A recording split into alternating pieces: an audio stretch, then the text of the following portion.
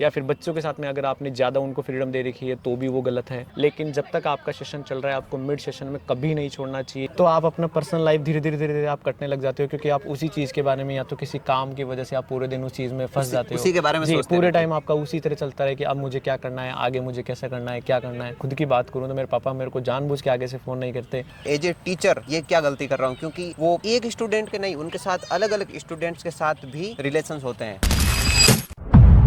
Hello friends, आज के time में बहुत से ऐसे लोग हैं जो एज ए टीचर अपना करियर देखते हैं। तो हमारा ये वीडियो बनाने का उद्देश्य ये है कि ऑलरेडी जो टीचिंग फील्ड में है हम उन लोगों के साथ में डिस्कस करेंगे, उनके एक्सपीरियंस पे डिस्कस करेंगे और पता करेंगे कि यूथ के लिए एज ए टीचर का करियर कैसा रहेगा, क्या क्या अपॉर्चुनिटीज होगी, क्या क्या चैलेंजेस आएंगे। और मजे की बात ये है कि जो ऑलरेडी टीचर है हम उनसे ये पूछेंगे कि जो और भी लोग हैं वो टीचर बनना चाहते हैं तो वो उन्हें क्या एडवाइस देंगे कि उन्हें टीचर बनना चाहिए कि नहीं बनना चाहिए। और ऐसे बहुत से सवालों का हम एक कंक्लूजन निकालेंगे जो बहुत से लोगों के लिए हेल्पफुल होगा। तो इस वीडियो को लास्ट तक जरूर देखिएगा। Hello sir, first of all आप मेरे ऑडियंस को अपना परिचय दीजिए और आप अपने टीचिंग फील्ड के बारे में भी कुछ जानकारी दीजिए। नमस्कार सभी को, मेरा नाम जितेंद्र सैनी है और मैं बी स्क्वायर एकेडमी के अंदर केमिस्ट्री फैकल्टी की तरह पढ़ा रहा हूँ। मेरा टीचिंग एक्सपीरियंस लगभग 4 साल मुझे होने वाले हैं पूरा। और केमिस्ट्री के अंदर मैं नीट की और जेई की तैयारी करवाता हूँ बच्चों को। ठीक है, तो सर इस टीचिंग फील्ड में आपने बोला कि 4 साल आपको पढ़ाते हुए हो गए, तो इसमें आपका एक्सपीरियंस कैसा रहा? लाइक आपको पढ़ाने में कितना कुछ मजा आया, या फिर कहीं बाहर भी जाकर आपने अगर पढ़ाया है तो वो सारा कुछ एक्सपीरियंस? जी, सबसे पहले मैंने मैसूर के अंदर अवंती ऑर्गेनाइजेशन के अंदर अपना टीचिंग की शुरुआत की थी। उसके अंदर एनजीओ होता है जिसमें अपन नवोदय स्कूल के अंदर बच्चों को पढ़ाते हैं जो अफोर्ड नहीं कर सकते। तो सबसे पहला मेरा एक मोटिव ये था कि मैं उन बच्चों की मदद करने जा रहा हूँ जो फाइनेंशियली स्ट्रॉन्ग नहीं होते हैं, जो अपने फैमिली के लिए कुछ करना चाहते हैं लेकिन वो अपने फैमिली की फाइनेंशियल कंडीशन की वजह से उस चीज़ को ना ले सकें। ठीक है, तो मेरा सपना यही था कि भाई ठीक है, उन बच्चों की अपन हेल्प करेंगे। फिर मैं नवोदय ऑर्गेनाइजेशन से जुड़ा, उसमें अवंती था जो एक एनजीओ है जो आपको बच्चों को पढ़ाता है, उस चीज़ में तैयारी कराता है, नीट और जेई की प्रिपरेशन कराता है, जो कि फाइनेंशियल उस चीज़ को अफोर्ड नहीं कर सकते हैं। वहाँ पर मैंने 1.5 ईयर के अंदर अपना टीचिंग का किया। उसके बाद में मैं मोशन कोचिंग, जो हमारे नितिन विजय सर की कोचिंग है, उसके अंदर मैंने पढ़ाया है। उसके अंदर मैं तमिलनाडु लोकेशन के ऊपर था। तो वहाँ पर भी मेरा एक्सपीरियंस यही था कि वहाँ आप उन बच्चों से कम्युनिकेट करते हो जो, एक तो पहली चीज़ तो वहाँ पर पूरा एटमोसफियर बिल्कुल अलग होता है क्योंकि आप नॉर्थ रीजन से हो, वो साउथ रीजन है, वहाँ पर लैंग्वेज का बैरियर होता है।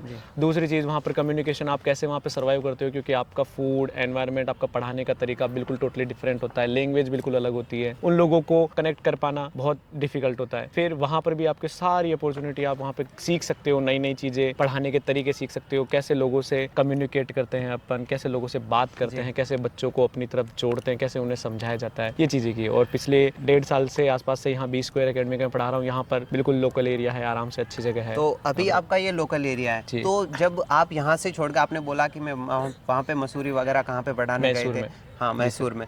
तो फिर वहाँ पे आपको लैंग्वेज की क्या दिक्कत है वहाँ पे? फर्स्ट ऑफ ऑल लैंग्वेज का एक इशू रहता है, लेकिन जैसे मेरा मास्टर्स ही इंग्लिश मीडियम से हुआ है तो मेरा मेन जो लैंग्वेज था वो इंग्लिश था। और धीरे धीरे मेरे के अंदर एक इंटरेस्ट रहता है, और किसी भी टीचर को मैं चाहता हूँ कि आप जहाँ भी आप पढ़ा रहे हो तो आपको सबसे पहले एक लैंग्वेज का, आपको वहाँ पर बैरियर को उसको क्रॉस करना पड़ेगा। उसके लिए आप ज़्यादा से ज़्यादा बच्चों से कम्युनिकेट करो, कोशिश करो उनको उनकी लैंग्वेज में कम्युनिकेट करने की। आप कहीं भी आप जाते हो, चाहे तमिलनाडु हो, चाहे कर्नाटक हो, चाहे एनीवेयर इन द इंडिया, आप कहीं भी जाते हो तो आपका ये प्लान रहना चाहिए कि आप ज़्यादा से ज़्यादा उस जगह की लैंग्वेज को ग्रैब करने की कोशिश करो। और अगर लैंग्वेज में एक्सपर्टीज़ नहीं होती आपकी तो फिर आपको क्या लगता है कौन कौन सी प्रॉब्लम आप फेस करते हैं? देखो, अगर आप लैंग्वेज के अंदर प्रॉपर नहीं हो तो फिर सबसे बड़े इशू ही आपको यही आएगा कि आप बच्चों से कम्युनिकेट कैसे करोगे, उनको समझाओगे वहाँ कैसे, के जो टीचर्स होंगे उनसे कैसे आप बातचीत तो फिर करोगे, उनके साथ भी कैसे डिस्कस करेंगे? हाँ, ये सबसे बड़ा इशू यही है। आपको फर्स्ट ऑफ ऑल आपको कम्युनिकेशन मेथड सबसे इजी होना चाहिए। नहीं आता कोई बात नहीं, लेकिन आप उस चीज़ को सीखने की कोशिश कीजिए। 4-5 साल का आपको एक्सपीरियंस हो गया है, तो फिर आपको क्या लगता है कि अब आपने कुछ सोचा है अलग कि मैं कुछ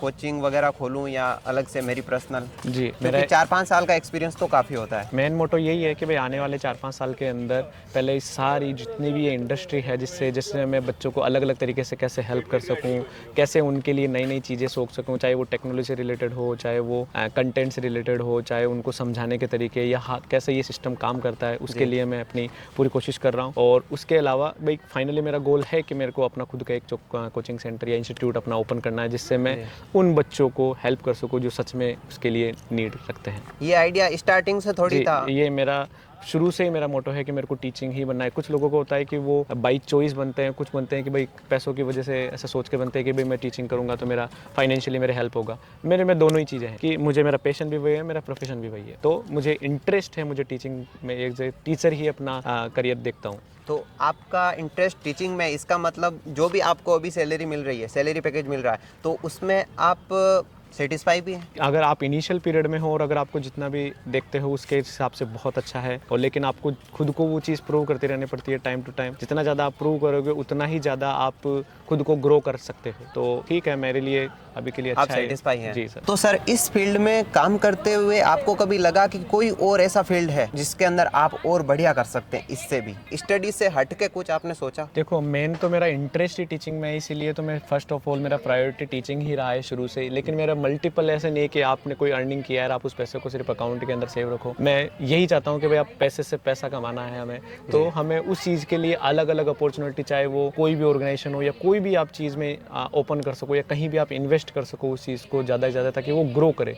वो आपकी मल्टीपल थिंकिंग को दिखाता है, मल्टीटास्किंग को दिखाता है, तो आप अलग अलग तरीके से इन्वेस्ट कर सकते हो। लाइक कोई पर्टिकुलर ऐसी चीज़ के बारे में पूछना चाह रहा हूँ कि कोई ऐसी चीज़ जिसके बारे में स्पेसिफिकली आपने उसी के बारे में सोचा है कि इतने टाइम बाद में मैं टीचिंग से हटके कुछ करना चाहूँगा, तो ये चीज़ है जिस पे मैं मेरा इन्वेस्ट करना चाहता हूँ, वो मैं हाँ, करूँगा। जैसे मेरा खुद का है कि जैसे मेरे खुद के लोकेशन के ऊपर मेरा प्राइवेट कैफ़े खोलने का मेरा प्लान है कि मैं अपना खुद का एक रेस्टोरेंट खोलूँ जिसमें आराम से लोग आ सके, अपना बैठ सके, अपना चिल कर सके। इवनिंग टाइम पे आराम से आए, मस्त लोग, अपने दोस्त लोग आ रहे हैं, चाहे फैमिली के साथ आ रहे हो, आप वहाँ बैठ सकते हो, चिल कर सकते हो।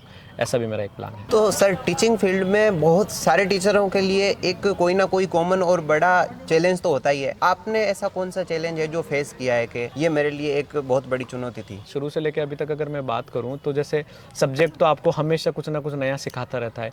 कभी भी अगर अपन ये सोचते हैं कि मेरा अब पूरा कंटेंट हो चुका है या मुझे सारी चीज़ें आने लगी है, उसी टाइम पे एक नए क्वेश्चन या एक नए कॉन्सेप्ट आपको ऐसा आएगा जो आपको लगेगा कि अभी भी बहुत कुछ सीखना बाकी है। ठीक है। दूसरी चीज़ होती है कि जिस भी ऑर्गेनाइजेशन में आप काम करते हो वहाँ के लोगों के साथ में आपका कितना अच्छा बॉन्डिंग है, कितना अच्छा आपका कम्युनिकेशन है, कितना अच्छा आप उन लोगों से के साथ रहते हो। तीसरी चीज़ होती है बच्चों के साथ में आप कैसे कितना ज़्यादा कनेक्ट हो रखे हो। तो हर जगह अगर आपका कहीं पर भी आपका जैसे मैनेजमेंट के साथ में आपका कोई इशू हो या फिर बच्चों के साथ में अगर आपने ज़्यादा उनको फ्रीडम दे रखी है तो भी वो गलत है। मैनेजमेंट के साथ में अगर आप ज़्यादा अपना खुद का एक वैल्यू ना रखते हो तो भी वो एक इशू क्रिएट करता है। तो मेरा मानना ये है कि आप जिस भी प्रोफेशन में हो आपको अपना सभी के साथ एक प्रॉपर लेवल तक बॉन्डिंग रखना चाहिए। पर्सनल चीज़ें पर्सनल होनी चाहिए, प्रोफेशनल चीज़ें एकदम प्रोफेशनल की तरह होनी चाहिए। तो उससे क्या होता है कि आपका वर्क प्रोफाइल पे उस चीज़ का कोई इफेक्ट नहीं पड़ता है। हम क्या करते हैं कि जाकर ऐसी जगहों में फंस जाते हैं, लोगों से बिल्कुल पर्सनली उस चीज़ पे अटैच्ड हो जाते हैं। तो फिर दिक्कत क्या करती है कि वो लोग आपको उस चीज़ का बहुत बार गलत फायदा भी उठाते हैं। इस जर्नी में आपने ऐसा कुछ आपके साथ कोई इंसिडेंट हुआ है जिसकी वजह से आपको कहीं पे भी आप पढ़ा रहे थे तो वहां से आपको बीच में छोड़ के आना पड़ा, या कुछ ऐसा कहीं से भी मैं बीच के छोड़ के, क्योंकि देखो मेरा फर्स्ट ऑफ ऑल मेरा मोटो ये रहता है कि बच्चों के साथ नुकसान नहीं होना चाहिए। चाहे आपको कितना ही बेटर अपॉर्चुनिटी मिल रहा हो, लेकिन जब तक आपका सेशन चल रहा है आपको मिड सेशन में कभी नहीं छोड़ना चाहिए, क्योंकि ये एक ऑर्गेनाइजेशन का लॉस नहीं होता है, एक टीचर का लॉस नहीं होता है, ये लॉस होता है बच्चों का। तो हमें सबसे पहले जो सोचना चाहिए वो बच्चों के बारे में सोचना चाहिए कि बच्चे कैसे उस चीज़ को रिएक्ट करेंगे। तो आप जब भी उनका सेशन खत्म हो उसके बाद में ही आपको छोड़ना चाहिए। क्योंकि आपने तो छोड़ा, कोई ऑर्गेनाइजेशन की इश्यू था उस वजह से, लेकिन वो बच्चों के लिए सबसे ज़्यादा खतरनाक होता है। तो मेरे साथ अभी ऐसा कभी भी नहीं हुआ है। मैंने पूरे सेशन जहाँ भी मैं रहा हूँ पूरा सेशन मैंने कंप्लीट किया है। अभी भी वो बच्चे मुझे याद करते हैं, जब भी उनका अच्छा कुछ भी स्कोर आता है, रिजल्ट आता है, तो वो हमेशा मेरे टच में रहते हैं। पेरेंट्स बच्चों को नो डाउट मोटिवेट करते हैं, उनका सपोर्टिव रखते हैं, लेकिन उनको उनके सब्जेक्ट के बारे में आइडिया नहीं है, क्या वो रियलिटी में कोचिंग में फेस कर रहे हैं, क्या उनके स्टडी को नहीं जानते, एक तो बच्चा खुद और एक टीचर। जी, आपका काम है सिर्फ उनको पुश करना। तो आप जितना ज़्यादा उनको पुश करोगे वो आपको और ज़्यादा बेहतरीन रिजल्ट निकाल के देंगे। तो सभी टीचरों को ऐसे नहीं है कि आप जा रहे हो सिर्फ पैसा कमा रहे हो कोचिंग इंडस्ट्री में, नहीं, आप जा रहे हो तो आप कुछ सिखा के आओ बच्चों को, बच्चे आपको उस चीज़ के लिए याद रखें कि नहीं आए थे कोई तो आपको उस चीज़ में हेल्प की है। तो सर, ये बात तो आपको भी पता है कि जो भी काम हम करते हैं उस काम का असर हमारी पर्सनल लाइफ पे पड़ता ही है। तो कोई ऐसा बड़ा चेंज जो आपकी लाइफ में इस काम में आने के बाद हुआ है, लाइक 4-5 सालों के अंदर? जी, पर्सनल लाइफ होता है कि जब आप जैसे पूरी तरह से इन्वॉल्व हो जाते हो किसी इंडस्ट्री के अंदर या किसी भी इंस्टीट्यूट के अंदर, तो आप अपना पर्सनल लाइफ धीरे धीरे आप कटने लग जाते हो, क्योंकि आप उसी चीज़ के बारे में या तो किसी काम की वजह से आप पूरे दिन उस चीज़ में फंस जाते हो, उसी के बारे में सोचते पूरे टाइम आपका उसी तरह चलता है कि अब मुझे क्या करना है, आगे मुझे कैसा करना है, क्या करना है धीरे धीरे। लेकिन मैं यही चाहता हूँ कि भाई आप अपना पर्सनल स्पेस भी रखें, पर्सनल फैमिली को भी टाइम दें, क्योंकि वो भी बहुत ज़रूरी होती है। ऐसे नहीं कि आप हर टाइम बस सोचते रहें कि आप क्या कर रहे हैं, क्या करना करना है कोचिंग के लिए। ठीक है, वो अपनी जगह है, आपको नो डाउट सोचना चाहिए उस चीज़ में, लेकिन एक खुद का पर्सनल स्पेस भी होना चाहिए कि आप अपने घर वालों के साथ बात करो। आपके घर वाले हमेशा ये सोचते हैं कि आप बिजी हो गए। जैसे मैं खुद की बात करूँ तो मेरे पापा मेरे को जानबूझ के आगे से फ़ोन नहीं करते। वो ये सोचते हैं कि कहीं बिजी होगा या इंस्टीट्यूट में होगा, बच्चों को पढ़ा रहा होगा, तो मैं डिस्टर्ब ना करूँ। लेकिन मेरा हमेशा से उनका ये कहना है कि भाई आपको जब भी बात करनी हो आप फ़ोन किया करो, अगर मैं अवेलेबल होऊंगा तो मैं आपसे बात करूँगा। तो वो चीज़ मुझे बहुत बार लगी है। ऐसी इंस्टीट्यूट या आप कहीं भी ऑर्गेनाइजेशन में हो तो आपको कम से कम अपना पर्सनल टाइम भी अपने फैमिली के लिए देना चाहिए, ताकि आप भी उनसे भी अटैच रहो, वो भी अपने जो लाइफ में फेस कर रहे हैं आप भी उनसे वो चीज़ के लिए जुड़े हुए रहो। एक तो ये रीजन हो गया। मेरा एक और इस क्वेश्चन को पूछने का मोटिव था कि फाइनेंशियली तो बहुत हेल्प हुई होगी घर वालों की, क्योंकि जो भी बंदा आज अब कोई भी प्रोफेशन में देखता है अपना करियर, वो यही सोचता है कि इसमें पैसा कितना है। तो मैं उस मोटिव से लेकर पूछ रहा हूँ, क्योंकि कोई भी जो बच्चा है वो बड़ा होकर टीचर का करियर देखता है, तो टीचिंग लाइन में फाइनेंशियली कितनी हेल्प होती है जो फैमिली में भी एकदम सेटिस्फाइंग हो कि हाँ जो भी ये काम कर रहा है। जैसे मैंने जस्ट अपना टीचिंग करियर शुरू ही किया था, तो उस टाइम मेरे फैमिली से सब जितने भी सोसाइटी में लोग कि क्या कर लेगा तो प्राइवेट नौकरी के अंदर, कुछ ही नहीं है कोचिंग इंडस्ट्री। इवन दो मेरे घर वाले तक मेरे को इस चीज़ में शुरू में सपोर्ट नहीं किए थे कि कोचिंग इंडस्ट्री में कुछ ही नहीं है, इंस्टीट्यूट वगैरह में तो ठीक है, पढ़ाना है तो आराम से गवर्नमेंट जॉब की तैयारी करो, क्योंकि वहाँ पे सिक्योरिटी है, ये है वो है, सारे बेनिफिट्स मिलते हैं, आपकी लाइफ सिक्योर हो जाती है। क्योंकि अभी भी वो एक रिदम बना हुआ है लोगों के दिमाग में कि प्राइवेट ऑर्गेनाइजेशन में सेफ्टी नहीं होती है, सिक्योरिटी नहीं होती, आपको जब मन होगा तब निकाल देंगे। मैं ये मानता हूँ कि अगर आप में क्वालिटी है, आपको कोई कभी नहीं निकाल सकता है। अगर आपके कोई इश्यूज भी होते हैं तो आपके लिए एक नहीं, आपके पास 5 अपॉर्चुनिटीज बैठी है। आपकी ग्रोथ बहुत अच्छे से होती है, बहुत जल्दी होती है। और इवन दो मैं तो यही कहना चाहूँगा कि जो लोग टीचिंग को अपना एज ए प्रोफेशन देखना चाहते हैं कि भाई मुझे टीचर ही बनना है, तो आप अच्छे से तैयारी करें, पहले अपना कंटेंट अच्छे से करें, दूसरा अपना कम्युनिकेशन सुधारें बच्चों के साथ में, सभी के साथ में। तो आप देखना, आप किसी भी इंस्टीट्यूट में जाओगे तो आपको बहुत अच्छा ग्रोथ मिलेगा। तो अच्छा, इसमें अच्छा खासा करियर आप देख सकते हो, क्योंकि इसमें ऐसा नहीं है कि क्योंकि बहुत बड़े बड़े टीचर्स हैं जो करोड़ों के पैकेज में भी काम करते हैं इंस्टीट्यूट के अंदर। नो डाउट इसमें कोई लिमिट नहीं है। अगर आप में टैलेंट है, अगर आप में इच्छा है कि ग्रोथ आप करना चाहते हो इस करियर के अंदर, तो आपके कोई लिमिट नहीं है, कोई बाउंडेशन नहीं है। जहाँ कहीं भी आप पढ़ाने जा रहे हो तो वहाँ पर अपनी वो वैल्यू दो जो लगे कि उस एकेडमी वालों को कि वो एक बार भी सोच ना पाए कि इससे बाहर निकाल दें। अगर वो वैल्यू क्रिएट होगी तो अपने आप आपका पैकेज बढ़ता रहेगा तो फाइनेंशियली सपोर्ट तो फैमिली को मिल ही जाएगा। फाइनेंशियली बहुत अच्छा सपोर्ट हो जाता है फैमिली के लिए। ये बहुत अच्छी बात भी है कि आप अगर टीचिंग की तरह देखना चाहते हो तो ये अच्छा खासा आप फैमिली को सपोर्ट कर सकते हो। क्योंकि कहीं हम ये नहीं सोच सकते हर जगह कि भाई मैं सिर्फ ये बच्चों को पढ़ाने के लिए ही कर रहा हूँ, क्योंकि अगर कोई पढ़ाने आ रहा है उसमें अपना करियर देखा है तो डेफिनेटली वो फाइनेंशियली सेफ्टी भी उसके अंदर जरूर देखता है। तो sir as a chemistry teacher आपके इस प्रोफेशन में आपको सबसे अच्छा क्या लगता है? लाइक वो चीज़ अगर हो रही होती है तो मतलब आप उसी के अंदर खो जाते हो। ऐसा सबसे मज़े की बात ये होती है, जैसे टीचिंग के अंदर हमारा जैसे काम होता है कि हमें बच्चों को पढ़ाना है, प्लस हमारे को उनके लिए जैसे पेपर सेट करना होता है, जैसे उनके लिए टेस्ट एनालिसिस होता है, सारी चीज़ें ज़रूरी होती है। लेकिन जैसे मैं क्लास के अंदर घुसता हूँ ना, तो मुझे सबसे ज़्यादा मज़ा आता है बच्चों से इंटरेक्ट करके। मैं सिर्फ ये नहीं चाहता हूँ कि आज बच्चों को कुछ सिखाना है, कि आज मैं क्या नया सीखूंगा बच्चों से, कैसे उनको उस चीज़ को आसानी से आसान तरीक़ों से समझा पाऊंगा। तो ये एक बहुत ही अच्छा, मुझे आप भले 1 क्लास 2 क्लास 3 क्लास 5 क्लास आप मुझे 10 क्लास भी दोगे तो भी मैं कभी उस चीज़ से बोर नहीं होता हूँ, क्योंकि मुझे बच्चों के साथ में वो जो जुड़ना है वो मुझे पसंद भी है। टीचिंग ही मेरा पैशन भी है, तो मुझे मज़ा आता है बच्चों के साथ में इंटरेक्ट करके उस चीज़ को, अपनी जो भी मुझे थोड़ा बहुत भी ज्ञान है, मुझे उन बच्चों के साथ हेल्प करके उनको उस कंटेंट में, ताकि उसको आसान से आसान तरीके, नए नए तरीके सोच के कि ये कठिन से कठिन प्रॉब्लम है, इसको कितना आसान तरीके से अपन बच्चों को दे सकते हैं। इस हिसाब से तो आपका हर दिन हर पीरियड एनर्जेटिक हो जाता है, क्योंकि लाइक उनसे जाके बात करते हो और हर एक पीरियड बाद में क्लास भी चेंज होती है, तो पूरा दिन इतना एनर्जेटिक होता है। और ये बढ़िया चीज़ भी है, क्योंकि फिर आपको एनर्जी भी मिलती रहती है और फिर बोरिंग वाला ऑप्शन भी खत्म हो जाता है। तो सर इस काम में ऐसी कौन सी चीज़ है जो आपको इतना पैशनेट रखती है? देखो, सबसे पहली चीज़ तो मेरे को क्योंकि बच्चों से जुड़ना ही सबसे ज़्यादा पसंद है, क्योंकि आप उनको, आपके 2 चीज़ें हैं, एक तो आप अपना पैशन भी पूरा कर रहे हो,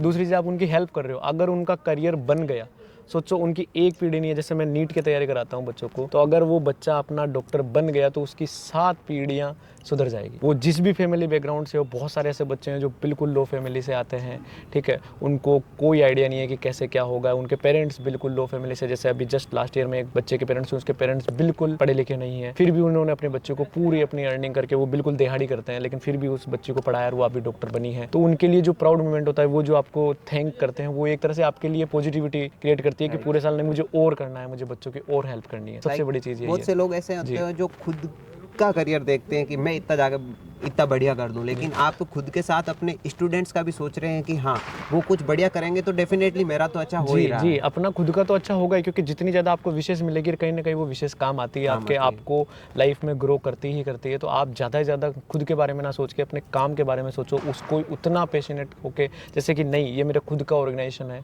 मुझे इसके लिए करना है, उतना ज़्यादा आप एफर्ट डालोगे उतना ही आउटपुट आपको मिलेगा। आप अपने एक्सपीरियंस के बेसिस पर बताइए कि बहुत से लोग ऐसे होते हैं जो इस फील्ड में कदम तो रखते हैं लेकिन कुछ टाइम बाद वापस पीछे हट जाते हैं वहां से कि ये मेरे से नहीं होगा, तो ये किस वजह से होता है? क्योंकि पैशनेट तो स्टार्टिंग में सब रहते हैं, जी, लेकिन आगे जाकर ऐसी क्या चीज़ होती है कि उनको वापस पीछे खिसकना पड़ता है? देखो इसके पीछे 2-3 रीज़न हो जाते हैं। पहले चीज़ तो ये कि जैसे आप किसी इंस्टीट्यूट में गए, आपको लंबे टाइम तक, मे बी इंस्टीट्यूट भी हर बार ऐसा नहीं होता कि सारे इंस्टीट्यूट अच्छे होते हैं। कुछ इंस्टीट्यूट में आपको बहुत सारी प्रॉब्लम फेस करनी पड़ती है, उस वजह से इंसान का मन हो जाता है कि यार मैं इस फील्ड के लिए नहीं बनाऊँ, ठीक है। तो आपको इंस्टीट्यूट अगर बार बार प्रेशराइज करिए तो आपका उस काम से मन हटने लग जाता है कि यार मैं ये क्यों कर रहा हूँ, बहुत सारी प्रॉब्लम्स होती है। दूसरी चीज़ ये होती है कि धीरे धीरे आपको उस चीज़ से अगर इंटरेस्ट खत्म होने लग गया, अगर वो, इसलिए मैं कहता हूँ कि आपका इंटरेस्ट होना जरूरी है इस फील्ड के अंदर।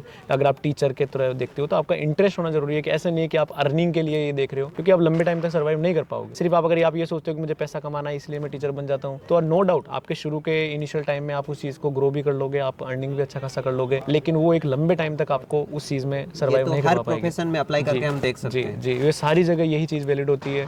और भी होता है कि जैसे बहुत बार आपका बच्चों के साथ में कम्युनिकेशन बिहेवियर अच्छा नहीं है, तो भी आपको खुद को एक स्टेप पीछे लेना वहाँ से पड़ता है। कंप्लेंट आती जी, रहेगी कि ये जी। सर अच्छे नहीं है, तो वहाँ से आपको बाहर निकाला जाएगा। और नो, अगर आपका सब्जेक्ट वीक है तो कोई दिक्कत नहीं है, बच्चे भी उस चीज़ को समझते हैं, नो डाउट वो आपको उस चीज़ में हेल्प भी करेंगे, नो डाउट वो आप समझते हैं, आप उनको जैसे भी करोगे, कोशिश करके आप उनको समझाते रहो चीज़ें, वो आपको उस चीज़ के लिए नहीं करते। लेकर आएंगे हाँ, वो धीरे लेकिन धीरे। दिक्कत ये आती है कि बहुत सारे लोग के इतना नहीं आता कि भाई वो बच्चे हैं, आपको उन चीज़ों को समझाना पड़ेगा, एक बार नहीं, आपको 2 बार नहीं, आपको 3 बार भी समझाना पड़ेगा उन चीज़ों को। आप ये से समझो कि अगर खुद की स्थिति में, अगर से आपके खुद के भाई बहन वहाँ पढ़ रहे हो, तो आप उस चीज़ को कैसे पढ़ाओगे? उस तरीके से अगर आप पढ़ाते हो तो फिर तो आपका लाइफ में कभी बैक स्टेप लेने की आपको जरूरत नहीं है। तो sir as a chemistry teacher कोई ऐसी अचीवमेंट जो आपके लिए यादगार रही हो कि उस जैसा मोमेंट तो अभी तक वापस नहीं हुआ? जी, मैं बच्चों को बहुत बार जैसे ट्रिक वगैरह लिखाता हूँ, तो वो बच्चे उस चीज़ को, अभी जैसे मेरे एक स्टूडेंट है लास्ट टाइम तमिलनाडु से, उसका पूरे साल मैंने ही उसको पढ़ाया है, तो उसने जैसे ही उसका सिलेक्शन हुआ, भले ही मैं वहाँ से यहाँ आ चुका हूँ, लेकिन फिर भी उस बच्चे ने सबसे पहले जो फ़ोन किया वो मुझे करके थैंक कहा उस चीज़ के लिए। और वो हमेशा से उस चीज़ को एक मोमेंट मेरे लिए, तो वो लाइफ टाइम मेरे लिए रहेगा, कि वो हमेशा, जैसे मैं ट्रिक वगैरह कुछ भी लिखाता हूँ तो उसको शाइनी बाबा ट्रिक करके लिखती है। तो वो मेरे लिए एक रहता है कि यार चलो यार, बच्चे आपको इस तरीके से भी याद रखते हैं, यहाँ भी जैसे बच्चे हैं, तो उस चीज़ के लिए एक मोमेंट बन जाता है आपकी लाइफ में कि भाई आप उस चीज़ को कैसे कनेक्ट कर पा रहे हो। फैकल्टीज तो और भी थी ना, जी। क्योंकि जिस हिसाब से वो अगले वाला जिसका भी सिलेक्शन हुआ है वो खुश होकर फोन करता है, जी। तो ये तो वो आपको मानते हैं कि आपने उनकी लाइफ में कुछ कंट्रीब्यूट किया है, उनकी लाइफ को बेटर बनाने के लिए सच में आपका एक रोल है उनकी लाइफ के अंदर, तो इसीलिए वो आपको उस चीज़ का वैल्यू देते नहीं हैं। भूलने वाले हैं। जी। तो ये क्वेश्चन है जो बहुत इंटरेस्टिंग है और डेफिनेटली आपको लगेगा भी। तो सर आपको पास्ट में जाकर कुछ बदलने का मौका मिले तो फिर भी क्या यही प्रोफेशन चुनना चाहेंगे, और अगर हाँ तो फिर क्यों, और अगर कोई दूसरा चुनने जाएंगे तो फिर क्या चुनेंगे? देखो, मेरा तो शुरू से ही टीचिंग में पैशन है मेरा, तो इसीलिए मैं फिर से अगर पास्ट में जाने का मौका भी मिलेगा तो भी मैं यही करूँगा, लेकिन मैं पास्ट में जाते टाइम में और अपने कंटेंट में जो मैंने स्टडीज़ खुद की है, मैं उसको और बेटर बनाने की कोशिश करूँगा, ताकि मैं अब और ज़्यादा अच्छे तरीके से या बेटर वे के अंदर बच्चों को उस चीज़ में परोस सकूँ। तो मैं खुद पे उस टाइम में जाके अपनी स्टडी को और ज़्यादा इंप्रूव करूँगा, अपने लिए और ज़्यादा सोचूंगा कि ठीक है, आपको इस चीज़ों को और अच्छे से कैसे सीख सकते हो, ताकि इन फ्यूचर, क्योंकि मुझे करना टीचिंग ही है, उसके बाद में भी चाहे पास्ट हो चाहे प्रेजेंट हो, मुझे करना यही है, मेरा पैशन इसी में ही है, तो मैं उसको और बेटर तरीके से कैसे बच्चों तक पहुंचा सकूं। और एज ए टीचर ये बहुत अच्छी क्वालिटी है, जैसे आपने बोला कि मैं पीछे जाकर अगर मुझे कुछ चेंज करने का मौका मिला तो मैं और वैल्यूज ऐड करूंगा मेरे कंटेंट के अंदर, कि मैं जो भी मेरे बच्चे होंगे पढ़ने वाले, तो मैं उनको और बेहतर पढ़ा पाऊंगा। तो ये एक बहुत अच्छी क्वालिटी है, लाइक आपने कुछ भी अलग नहीं गए आपकी, हाँ क्योंकि मेरा इंटरेस्ट तो स्टार्टिंग से ही टीचिंग का था, तो मैं कुछ इसी को वापस बेटर करने की कोशिश करूँगा। तो सर यूथ में कोई टीचिंग फील्ड में आना चाहता है, अभी के जो बच्चे 12th कर रहे हैं या ग्रेजुएशन कर रहे हैं, तो उनको आप क्या सलाह देना चाहेंगे, लाइक कि उन्हें आना चाहिए कि नहीं आना चाहिए, जिस हिसाब से अभी कंडीशनिंग चल रही है और अभी का जो कंपटीशन माहौल है? मैं चाहता हूँ अगर किसी को सच में टीचिंग फील्ड में ही अगर इंटरेस्ट हो और उसको गवर्नमेंट वगैरह जॉब का भी प्रेशर ना हो फैमिली साइड से, तो वो ये करे कि भाई आप पहले अपने कंटेंट को अच्छे से सीखें, ठीक है, जो भी आपका जिस भी सब्जेक्ट में आप करना चाहते हो, सब्जेक्ट को आप अच्छे से फील करें, ना कि उसको सिर्फ कि नहीं मुझे ये चैप्टर ये आने लग गया है मैं जाके पढ़ दूँ। नहीं, आप उसके साथ में फील, उसको बैठें, उसको साथ समझने की कोशिश करें कि ये क्या कहना चाह रहा है, ये सब्जेक्ट आपको क्या सिखाना चाह रहा है। फिर उसके तरीके ढूंढें कि बच्चों तक आप उसको कैसे कितना आसान तरीके से पहुंचा सकते हो। लेकिन उसमें टाइम लगता है कि जैसे सबसे पहले आपको सब्जेक्ट के लिए आपको खुद को मास्टर बनाना पड़ेगा। तो आपको सब्जेक्ट में टाइम देना पड़ेगा। जब आपको लगे कि हाँ मुझे चीज़ें आने लग गई है, तभी आप बच्चों, क्योंकि कुछ भी आप बच्चों को गलत नहीं सिखा सकते हो, ठीक है। तो इसीलिए बेटर सजेशन ये रहता है कि हमेशा पहले आप अपने सब्जेक्ट को सुधारें, जो आपको लगे वीकनेस। हाँ, no doubt life time learning चलता रहेगा, लेकिन आप एटलीस्ट इतना करें कि आपसे जो भी आप कंटेंट बच्चों को देना चाह रहे हैं वो उनके लिए मोर देन सफिशिएंट हो, उनको कहीं और जाने की जरूरत ना पड़े। उसके साथ इंटरेस्टिंग होकर पढ़ाएंगे तो वही चैप्टर वही कंटेंट वापस भी तो पढ़ाना आने वाले टाइम में। तो सर, टीचिंग फील्ड में जो यूथ में बहुत से लड़के ऐसे हैं तो वो टीचिंग फील्ड में अपना करियर देखते हैं, तो ऐसी क्या क्या गलतियां हैं जो उन्हें करने से बचना चाहिए? तो बहुत से ऐसे लड़के होते हैं जो टीचिंग पे ध्यान देने से ज़्यादा जो स्टूडेंट्स के साथ, आप समझ पा रहे होंगे कि जो भी अपने स्टूडेंट्स हैं लाइक, तो उनके साथ एक अलग रिलेशन बन जाता है उनका। तो फिर ये इस हिसाब आपको क्या लगता है कि ऐसी ऐसी कौन सी गलतियां हैं जो उन्हें करने से बचना चाहिए? देखो, पहले चीज़ तो यही होती है कि बहुत बार पढ़ाते टाइम आपको पता नहीं रहता है, अगर आपने कोई गलत चीज़ पढ़ा दी तो आप कोशिश करो कि उस चीज़ को अवॉइड करो, ठीक है। अगर आप अपनी गलती एक्सेप्ट करो कि ठीक है मेरे से ये गलत हुआ है, तो मैं इसको, अगर आपको नहीं भी आता हो कोई क्वेश्चन या कुछ भी, तो आप कोशिश करो कि उस चीज़ को बेटर तरीके से बाद में समझा सकें, ठीक है। तो पहले चीज़ को ऐसा नहीं कि उसको कुछ भी गलत पढ़ा दे बच्चों को। दूसरी चीज़ ये होती है कि बच्चों के साथ में एक अपना दायरा रहना चाहिए, लिमिट रहनी चाहिए, चाहे वो गर्ल्स स्टूडेंट हो चाहे बॉयज स्टूडेंट हो, और अपने को वो दायरा मेंटेन रखना चाहिए। क्योंकि बहुत बार ऐसा होता है कि बच्चों को आप ज़्यादा फ्री हैंड रख लेते हो, तो उस वजह से वो आपके बहुत ज़्यादा क्लोज आने जाते हैं, या फिर आप उनको ज़्यादा सपोर्टिव सिस्टम बन जाते हो, तो भी वो आपके लिए नेगेटिव है, वो आपको अलग तरीके से ट्रीट करने लग जाते हैं। तो वो चीज़ भी बहुत गलत है। आपको एकदम प्रोफेशनल है तो प्रोफेशनल ही रहना चाहिए, अपनी लिमिट दायरे रखनी चाहिए। कभी भी बच्चे आपसे बहुत बार होते हैं कि आपके कॉन्टैक्ट नंबर मांगने लग जाते हैं या कुछ भी हो, आप कभी भी उनको ना रखें। प्रोफेशनल होना चाहिए, पर्सनल चीज़ें बिल्कुल सेपरेट होनी चाहिए। बच्चों के साथ नई चीज़ों के साथ में कभी नहीं जुड़ना चाहिए। तो स्पेशली गर्ल्स स्टूडेंट के साथ में तो आपको इस चीज़ का बहुत ज़्यादा ध्यान रखना चाहिए। तो उन टीचर्स के बारे में क्या, जो टीचर होने के नाते वो सारी चीज़ें भूल जाते हैं कि इस इंस्टीट्यूट में या फिर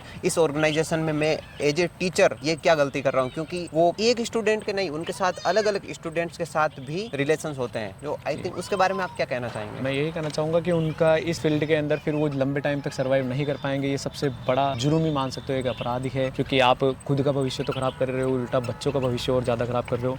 तो समय रहते जितना जल्दी हो सके आप उन चीज़ों को अवॉइड करें, जितना ज़्यादा हो सके इन चीज़ों से दूर रहें, अपना दायरा जाने, बच्चों को दायरे जाने। नो डाउट उनके सपोर्ट करना चाहिए, लेकिन एक दायरे में रहकर आपको पता होना चाहिए कि आप किस तरह से आप बच्चों को ट्रीट करते हो। ये सबसे ज़्यादा, क्योंकि पुराने टाइम में ये भी बात रही है ना कि टीचर और स्टूडेंट के बीच में जो रिश्ता है, जो एक्चुअल रिश्ता स्टूडेंट और टीचर का है, उसकी क्या वैल्यू, जो आज मेरे को लग रहा है कि बहुत से ऐसे जो लड़के 30 की एज में भी जा रहे हैं टीचर बन के, तो भी वो उनको कोई ऐसी उसका कोई दायरा नहीं है, जैसा कि आपने बोला। जी, तो इसके अंदर ऐसे होता है कि जैसे पहले के टाइम में मतलब गुरु मतलब भगवान ही हो चुका है आपके लिए, गुरु ब्रह्मा गुरु विष्णु जैसे हमारे बोलते भी हैं। तो आपका एक स्टूडेंट का वो कि आपको आजकल बिल्कुल ये चीज़ कायदे से खत्म हो चुकी है। आप जैसे क्लास में बहुत बार इंटरव्यू करते हो, बहुत सारे इंस्टीट्यूट में मैंने ऐसे देखा है, टीचरों को रेस्पेक्ट नहीं दी जाती है उस लेवल पे कि ठीक है आपको पैसा दिया जा रहा है तो हम आपको पढ़ाना पड़ेगा। वो वाला चीज़ में बच्चों में भी वो चीज़ का ख़त्म होता जा रहा है।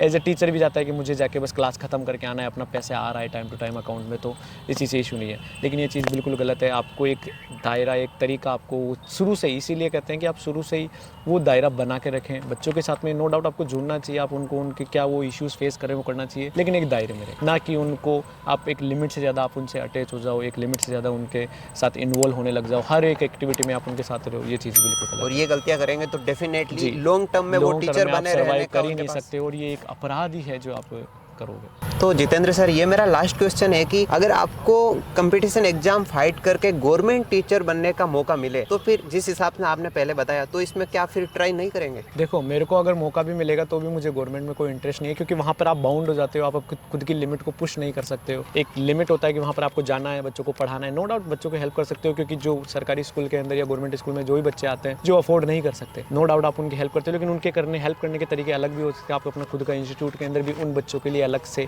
अपॉर्चुनिटी रख सकते हो, ताकि, क्योंकि आजकल सिर्फ स्कूलिंग से कुछ नहीं होता है, बच्चों को अलग से तैयारी करनी पड़ती है, तो आपको अलग अलग चीज़ें करनी पड़ेगी। तो मैं ये मानता हूँ कि भाई अगर आपको मौका मिले तो आप कीजिए, अगर आपका इंटरेस्ट है गवर्नमेंट फील्ड में, ना हो तो आप पे कोई बाउंडेशन नहीं है, क्योंकि इसमें भी आप अपना अच्छा करियर देख सकते हो। तो एक हमारे यहाँ पर ये भी चीज़ है ना कि कंपेरेटिवली गवर्नमेंट टीचर को है थोड़ा अलग वैल्यू मिलती है लाइक प्राइवेट टीचर के कंपैरिजन में? जी, ये पूरा सोसाइटी है आपको कि भाई आप क्या करते हो, तो कि भाई प्राइवेट जॉब है, कोचिंग में पढ़ाते हो, अच्छा तो फिर तो गवर्नमेंट की तैयारी करना है कि नहीं करना। लेकिन जब आप अपने ग्रोथ से आप एक अच्छा ग्रोथ करने लग जाते हो तो वही लोग आपको उल्टा सपोर्ट कर रहे हैं, यार कितना अच्छा हो चुका है, प्राइवेट कितना- होते हुए भी ये जी चीज़ें। जी। लेकिन तो आप एक्चुअल में अगर हम देखना चाहें जी। तो गवर्नमेंट टीचिंग ज़्यादा बढ़िया है या फिर प्राइवेट? देखो दोनों ही अपनी अपनी जगह वैल्यू रखती है। दोनों सोसाइटी की तरफ से आप देखो तो गवर्नमेंट से बढ़िया कुछ ही नहीं है, लेकिन अगर आप पर्सनल देखते हो और आप अच्छा काम कर रहे हो तो नो डाउट आपको प्राइवेट के अंदर आप अपनी लिमिट्स को जिस लेवल तक ले जाना चाहते हो वहाँ तक कोई बाउंडेशन नहीं होती है। गवर्नमेंट में आप एक जगह बन जाते हो, लेकिन प्राइवेट में उस चीज़ का कोई लिमिट ही नहीं है। आप चाहो जितना पुश कर सकते हो, लेकिन वो आप पे डिपेंड करता है आप उसको कैसे लेके जा रहे हो, आप कितना अच्छे से काम कर रहे हो, कितना उसमें एफर्ट डाल रहे हो, कितना आप अपना खुद का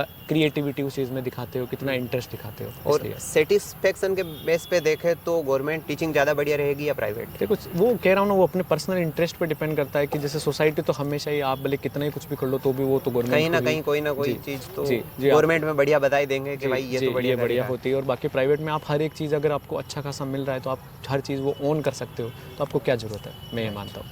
थैंक यू सर। जी सर, आज thank आपने you. बहुत अच्छी वैल्यूज़ दी और हमारे व्यूअर्स को इससे बहुत हेल्प मिलेगी, क्योंकि जो एज ए टीचर अपना करियर देख रहे हैं ना, तो इस कन्वर्सेशन की वजह से बहुत से लोगों को क्लियरिटी मिलेगी। हो सकता है कि उनका एक स्टेप उनके करियर को एक सिक्योरिटी देगा। और मैं भी आपको थैंक यू बोलना चाहता हूँ कि आपने ये जो एक बहुत मुद्दा रहता है कि क्योंकि लोगों के आजकल गवर्नमेंट में इतनी वैकेंसीज होती नहीं, तो लोग अलग अलग जगह अपना करियर देखते हैं। Right. तो उसके अंदर भी आप कैसे इस फील्ड के अंदर आप टीचर की तरह अपना करियर देखते हो, तो क्या क्या चीज़ें आपको सोचनी चाहिए। क्योंकि जो मैंने अपने पिछले 4 साल के एक्सपीरियंस में जो चीज़ फेस की है, बहुत सारे लोग जिन्होंने 15-15 20 साल, मैं खुद अभी सीख रहा हूँ चीज़ें कि क्या क्या प्रॉब्लम्स आपको आएगी, क्या क्या सिचुएशंस होती है, कैसे आपको बिहेव करना होता है, कैसे रहना होता है। आपने ये बहुत अच्छा मुद्दा उठाया है। मैंने भी आज इन चीज़ों पे सोचा, जब मेरे को ये क्वेश्चन आप पूछ रहे तो मेरे को खुद से अंदर से लगा कि हाँ ये चीज़ मैंने फेस की है और ये चीज़ें ऐसे भी हो सकती है या ऐसे मुझे करना चाहिए। मेरा खुद का एक मोटो और ज़्यादा क्लियर हुआ है। Thank you very much. और टीचिंग लाइन में ये होता भी है ना, गवर्नमेंट तो नहीं हुआ है तो फिर घर वाले प्रेशर करने लग जाते हैं, तो इधर उधर कोई सा भी काम कर ले, लेकिन तू कर ले। उस वजह से अगर इंटरेस्ट है भी तो भी वो नहीं कर पाते, लेकिन इससे अगर उनको थोड़ी बहुत भी क्लियरिटी आएगी तो डेफिनेटली ये बहुत अच्छी बात है। जी, थैंक यू सर। तो फ्रेंड्स, जितेंद्र सर ने अपना एक्सपीरियंस शेयर किया हमारे साथ और ये बहुत ही हेल्पफुल होगा और उन लोगों को क्लियरिटी भी देगा जो एज ए टीचर अपना करियर देखते हैं। जितेंद्र सर ने सारे चैलेंजेस भी शेयर किए और सारी अपॉर्चुनिटीज भी, तो आप भी शेयर करिए अपने फ्रेंड्स के साथ और लाइक करिए इस वीडियो को। और इसी से रिलेटेड हम आगे सीरीज भी लेके आएंगे जिसमें हम अलग अलग प्रोफेशन के अपॉर्चुनिटीज और चैलेंजेस के बारे में डिस्कस करेंगे। वीडियो देखने के लिए थैंक यू और चैनल को सब्सक्राइब भी जरूर कर देना।